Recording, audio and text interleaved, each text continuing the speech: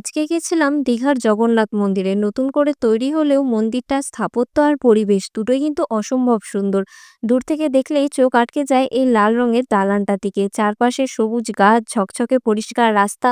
হাঁটতে হাঁটতেই মনে হয় যেন একটা শান্ত জগতে ঢুকে পড়েছি।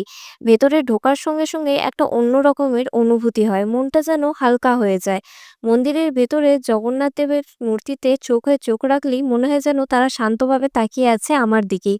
প্রতিদিন অনেক মানুষ আসে এখানে, কেউ মন ভরে প্রণাম করতে, কেউ শুধু শান্তির খোঁজে। সকালবেলা বা বিকেলের দিকে এলে পরিবেশটা আরো বেশি সুন্দর লাগে।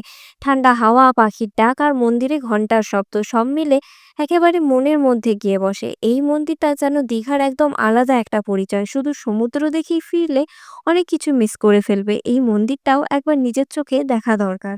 দীঘা মানেই অনেকের কাছে সমুদ্র সৈকত, কিন্তু একটু মন দিয়ে দেখলেই বোঝা যায় দীঘার মাঝেও আছে অনেক শান্ত সুন্দর জায়গা, যার মধ্যে একটা হচ্ছে এই জগন্নাথ মন্দির।